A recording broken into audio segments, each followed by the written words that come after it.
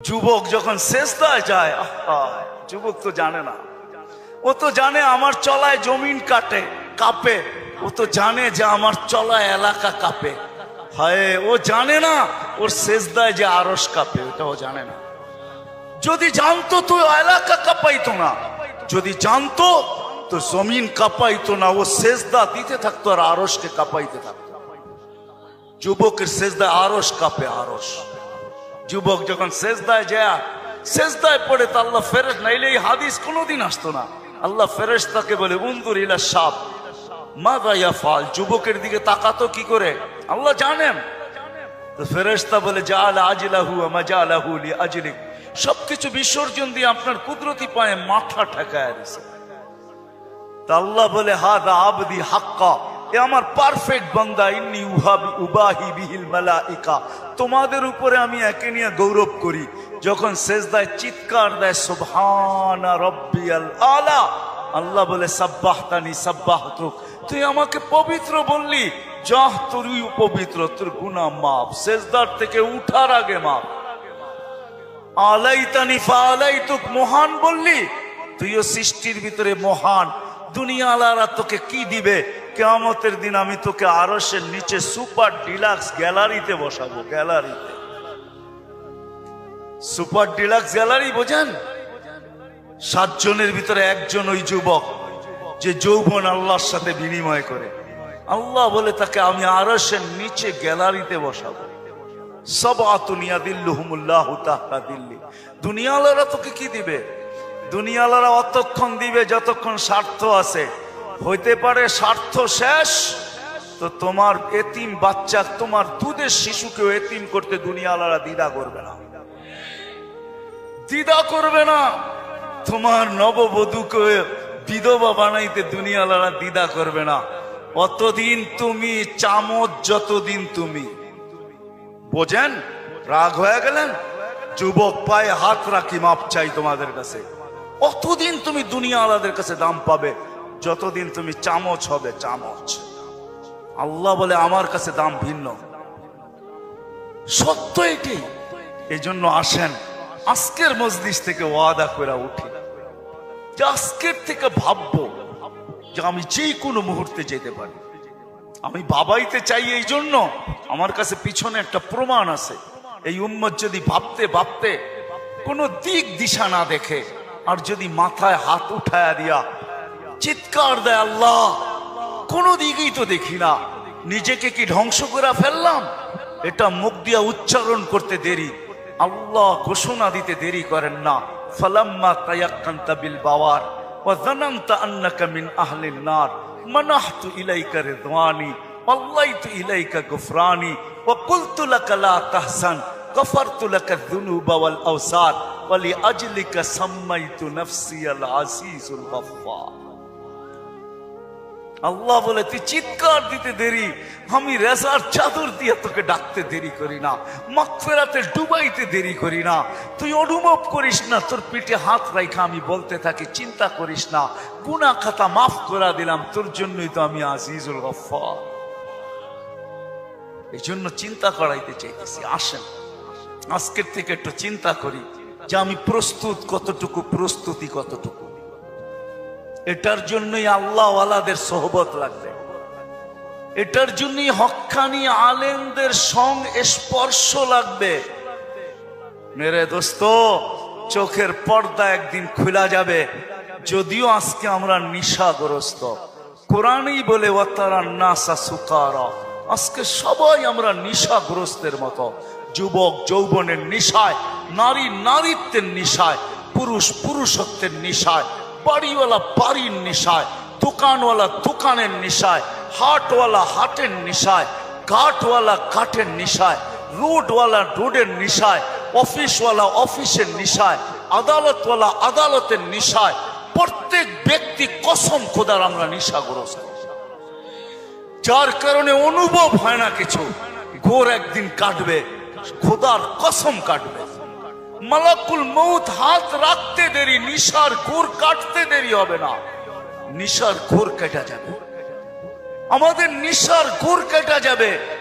কবি শুধু শুধু বলে নাই ফাসাও ফাতারা ইদান কাশাফাল গুবারু আফারসুম তাহতা রিজলিকা আম হিমার। কোরআনও এক জায়গায় বলতেছে তুমি অতি সত্বর দেখবে, অতি সত্বর তুমি দেখবে, বেশি দূরে না। তারাউনাহু বাঈদা ওয়া নারাহু কারীবা। আল্লাহ বলে ভাবতেছো তুমি অনেক দূরে, না না, আমরা দেখতেছি তোমার নাকের ডগায় চলে আসছে, তোমার দুয়ারে চলে আসছে। এই জন্যই আল্লাহর রাসূল দয়ার নবী সতর্ক করছেন উম্মতকে, আসবাহতা ফালা তানতাযিরিল মাসা। সকাল মিলল তো দুপুরের অপেক্ষা করো, বিকালের অপেক্ষা করো না। বিকাল মিলল তো সকালের অপেক্ষা করো না। এই জন্য আসেন, আল্লাহ ওয়ালাদের সোহবত লাগবে,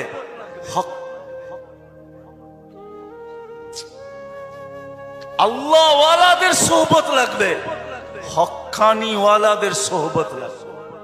এদের সোহবতে যাবে যখন, সোহবত লাগবে, পরিবেশ লাগবে। ওই পরিবেশে যখন যাবেন, ওই সোহবতে যখন যাবেন, ওই জায়গায় যখন যাবেন, তখন পর্দা আস্তে আস্তে সরতে থাকবে। সূর্য যেমন উঠতে থাকে তো ঘন কুয়াশাও আস্তে আস্তে সরতে থাকে। এক সময় সবকিছু ক্লিয়ার হয়। হক্কানি ওয়ালাদের, আল্লাহ ওয়ালাদের সোহবতে যখন যাবেন, তখন এই নিশা কাটতে থাকবে। ঘরে যখন আলোচনা হইতে থাকবে, নারী পুরুষ যখন আলোচনা করবে, তখন আস্তে আস্তে কুয়াশা কাটতে থাকবে। এই জন্য সবার কাছে দরখাস্ত, আসেন আসেন। লম্বা করার সুযোগও আমার কাছে নাই, কারণ আমি অসুস্থ, আমার চোখ করছে, তা নিয়েও আমি আসছি, কিন্তু ওয়াদা দিছি এই জন্য চলে আসছি। আমি আসছি গত 9 তারিখে, 1 মাস টানা সফর করার পরে আমেরিকা থেকে আসছি। আসার পরের দিন থেকে অসুস্থ, আর প্রতিদিনই প্রোগ্রামে যেতে হয়, কেননা ওয়াদা। এরা কি জবাব দিবে মানুষের সামনে? ইজ্জত বেজ্জতির প্রশ্ন। বিদায় চলে আসছি, বিদায় শেষ জায়গা আমি চলে আসছি। আসেন ভাবি, ভাববেন তো? পাক্কা ওয়াদা করতেছেন? হ্যাঁ, আরে চিন্তা করেন। ওই উম্মত কেন চিন্তা করবে না যার চিন্তায় 60-70 বছরের ইবাদত রাখা আছে? লা তাফাক্কুরু সাআতিন খায়রুম মিন ইবাদাতি 60 আও 70 সানা। ওই উম্মতের চিন্তার কোনো প্রয়োজন ছিল না।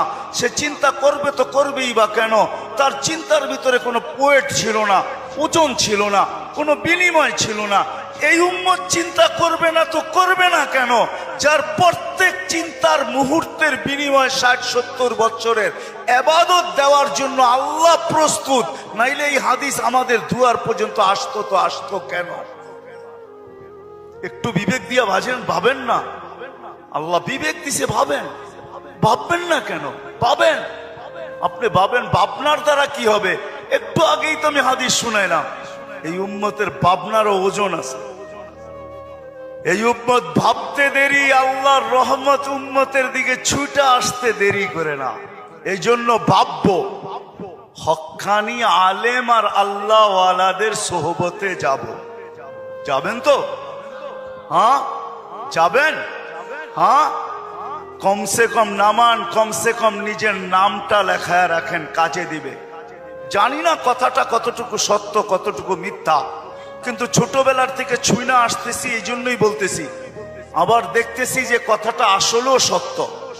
ইউসুফ আলাইহিস সালামকে যখন বুড়ি কিনতে যান, তো সবাই বলছে বুড়ি তুমি কিনবে তো কিনবে কি কইরা? টেন্ডার তো সবার আগে শো কইরা বসে আছে মিশরের বাদশাহ। এর টেন্ডারের উপরে যাবে তো যাবে কে? সবচেয়ে বড় পুলিশে লাগায় বসে আছে, তুমি কিনবে তো কিনবে কি কইরা? বলছে আমি কিনতে যাইতে চাইতেছি না, আমিও জানি কিনতে পারবো না, কিন্তু আমি চাই লিস্টিতে আমার নামটা থাক। কিয়ামতের দিন যদি লিস্টি খোলা হয় যে ইউসুফের ক্রেতা কে কে ছিল, আমার নামটাও যেন আসে।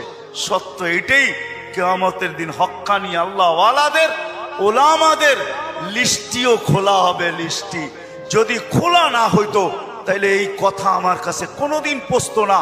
এই উম্মতকে আল্লাহ ডাইরেক্ট জাহান্নামে পাঠাবেন না, ফয়সালা হয়ে গেল পাঠাবেন না, ডাইরেক্ট পাঠাবেন না। অন্য উম্মত ফয়সালা হবে সিধা জাহান্নামে, এই উম্মত যাবে না। এই উম্মতকে আল্লাহ এক জায়গায় নিয়ে জড়ো করবে। জড়ো করা বোঝেন তো?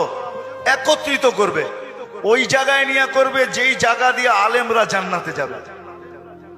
যখন আলেমরা ওইখান দিয়ে অতিক্রম করবে তো আল্লাহ পুরা মজমাকে বলবে, কে কাকে চিনো, কাল লিস্টিতে কার নাম আছে, তাড়াতাড়ি ধরো, চলা কিন্তু গেল।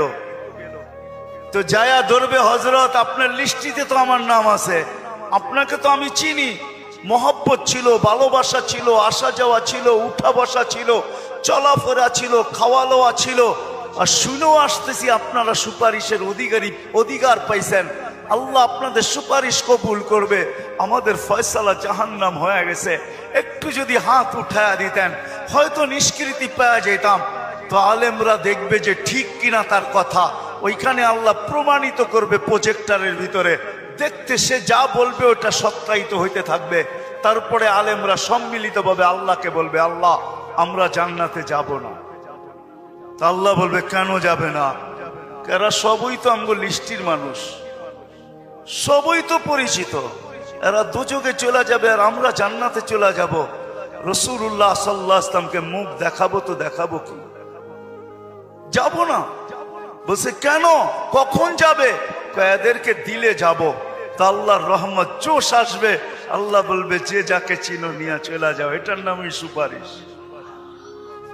এই জন্য বলি কমসে কম নামটা রাখেন লেখা, যান সম্পর্ক জোড়েন আল্লাহ ওয়ালাদের কাছে, আর বলেন হুজুর আমার নামটা একটু লেখা রাখেন, যে আপনার সাথে আমার সম্পর্ক লেখা রাখেন।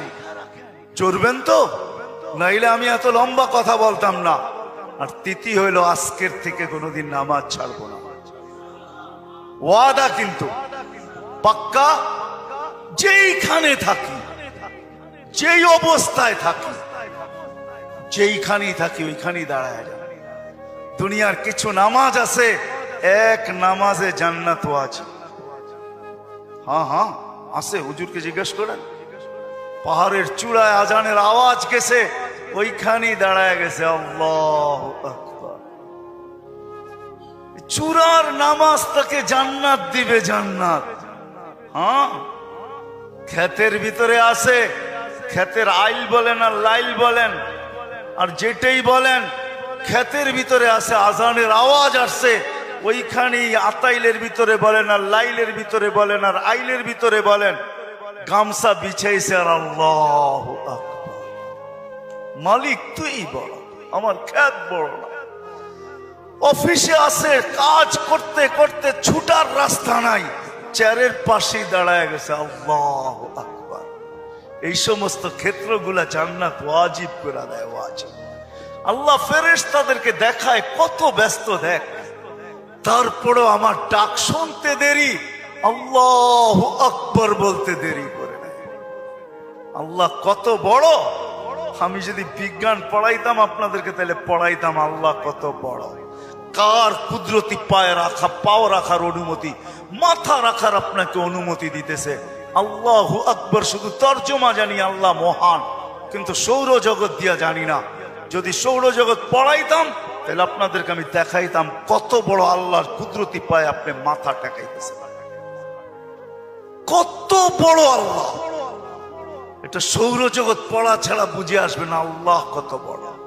সৃষ্টি পড়া ছাড়া বুঝে আসবে না আল্লাহ কত বড়। উর্দু জগৎ পড়া ছাড়া বুঝে আসবে না আল্লাহ কত বড়। তখন আল্লাহ বড় বলবেন, কিন্তু দিয়া বলবেন, কিন্তু দোকান। আল্লাহ বড় মানি, কিন্তু দোকান কার কাছে রেখা যাব, অফিস কার কাছে রেখা যাব, ক্ষেত খামার কার কাছে রেখা যাব, কিন্তু বলবেন। আর যদি আল্লাহকে চিনার মতো চিনেন, তাহলে ওই সাহাবীর মতো বলবেন, নামাজে ব্যথা, নামাজে প্রতিবন্ধক। পাখি বাগানের ভিতরে ফরফর করতেছে, নামাজের ধ্যান ছুটা গেছে। ঘন বাগান ছিল, খেজুরের বাগান, তো পাখি ফরফর করতে যায়, নামাজের থেকে ধ্যান ওইদিকে সরা গেছে। সালাম ফিরাইতে দেরি, বাগান সৎকা করতে দেরি করে না। সৎকা থাকবে না বাস, বাজবে না বাঁশি, থাকবি না তুই, ফরফর হবে না, আমার নামাজের ধ্যানও নষ্ট হবে না। আমি তো আল্লাহু আকবরের সামনে। আল্লাহকে যদি চিনে তাহলে ওই আবু দাহদার মতো হয়। এক খেজুর গাছ, 600 খেজুর গাছের বাগান, এক খেজুর গাছের বিনিময়। আল্লাহর রাসূল ওয়াদা করছে এক সাহাবীর সাথে, যে খেজুরের মালিক থেকে তোকে বাগান গাছ নিয়ে দিব, কিন্তু ও ছিল মুনাফেক। বলছে খেজুরের গাছ আমাকে দে, তোকে আমি জান্নাতে বাগান নিয়ে দিব। ইয়া রাসূলুল্লাহ, আমার ছেলে সন্তান এই খেজুরের গাছের খেজুর খুব পছন্দ করে, এটা ছাড়া যা চাইতেন তাইলে দিতাম, এটা দিব না। আবু দাহদা পাশে দাঁড়ায়া শুনতেছিল, তো বলছে ইয়া রাসূলুল্লাহ, কানে কানে আমি নিয়া দিলে দিবেন? অবশ্যই দিব, কেননা উনি মুনাফিকের রব চিনতেন। তো যা বলছে খেজুর গাছ বেচবি? আল্লাহর রসুল রে দিলাম না, তোকে কি করে দেই? কতগুলা খেজুর গাছ হইলে দিবি না, এটা কতগুলা হইলে দিবি না? তো বলে খেজুরের সিজন চলতেছে, সব গাছে খেজুর ভরা। বলছে তোমার ওই 600 বাগানের 600 খেজুর গাছের বাগানটা আছে, ওইটা দিবা? তাহলে দিয়া দিব। ডান, দিয়া দিলাম। দে খেজুর গাছ। ডন কয়া ছুটা শুরু করছে, কেননা আবু উম্মুদ দাহদা খেজুর বাগানের ভিতরে বাচ্চা কাচ্চা নিয়ে খেজুর পাহারা দিতেছিল, নিজে খেজুরের বাগানও ঢোকে নাই, বাহির থেকে দাঁড়ায় চিৎকার দিতেছে, উম্মুদ দাহদা কি হয়েছে? কয় জলদি বাহির হ, খেজুর গাছ বেচা বিক্রি হয়ে গেছে। কয় কোথায়? আল্লাহর রসুলের সাথে জান্নাতের বাগানের বিনিময়। তো ছেলে সন্তান নিয়ে মহিলা স্লোগান দিতে দিতে বাহির হইতেছে, কি? রবিহাল বাইয়া বা দাহদা, রবিহাল বাইয়া বা দাহদা। আবু দাহদা, বড় লটারি জিতা গেছিস তুই, বড় লটারি জিতা গেছিস। বাহির হয়ে চলে আসছে, 600 খেজুর গাছ দেয়া দিছে। আল্লাহর রসুলকে বলছে, ইয়া রাসূলুল্লাহ, খেজুর গাছ কিনা ফেলছি। কয় কি দিয়া কিনছিস? কয় 600 খেজুর গাছের বাগান দিয়া কিনা নিছি। আবু দাহদা, আল্লাহ তোকে এর চেয়ে 10 গুণ বড় বড় জান্নাত দিবে। আমি তোর খেজুরের বাগান দেখতেছি জান্নাতের ভিতরে। সত্য এটা। ওরা চিনছে আল্লাহু আকবার কি জিনিস, ওরা চিনছে লা ইলাহা ইল্লাল্লাহ কি জিনিস, মুহাম্মদুর রাসূলুল্লাহ কি জিনিস। এই জন্য ওয়াদা করেন আজকের থেকে নামাজ ছাড়বো, পাক্কা ওয়াদা। যুবকরা কি বলে? পাক্কা ওয়াদা। ইনশাআল্লাহ হুজুর দোয়া করবে, তারপরে এখান থেকে উঠা যাব, এর আগে কেউ যাব না। আমি আপনাকে চোখ খুলা দেখাইতে পারি, আমার চোখে চোখ উঠার কারণে কথা বললে অনেক জোর লাগে। আবার কালকেও প্রোগ্রাম আছে, ডেলি আছে। আসছি আমি 9 তারিখে, 1 মাস সফর করার পরে টানা আমাদের তাবলিগি সফর ছিল। 1 ঘন্টার জন্য এরকম কোনো সুযোগ ছিল না থামার, তারপরও চলে আসছি। উঠা চলে যাবেন। ভিডিওটি ভালো লেগে থাকলে লাইক, কমেন্ট, শেয়ার করুন। আর এই ধরনের ইসলামিক ভিডিও এবং কোরআন তেলাওয়াত পাওয়ার জন্য চ্যানেলটি সাবস্ক্রাইব করুন। আসসালামু আলাইকুম ওয়া রাহমাতুল্লাহি ওয়া বারাকাতুহু। ওয়া আখির দাওয়ানা আলহামদুলিল্লাহি রাব্বিল আলামিন। ভালো থাকবেন, সুস্থ থাকবেন।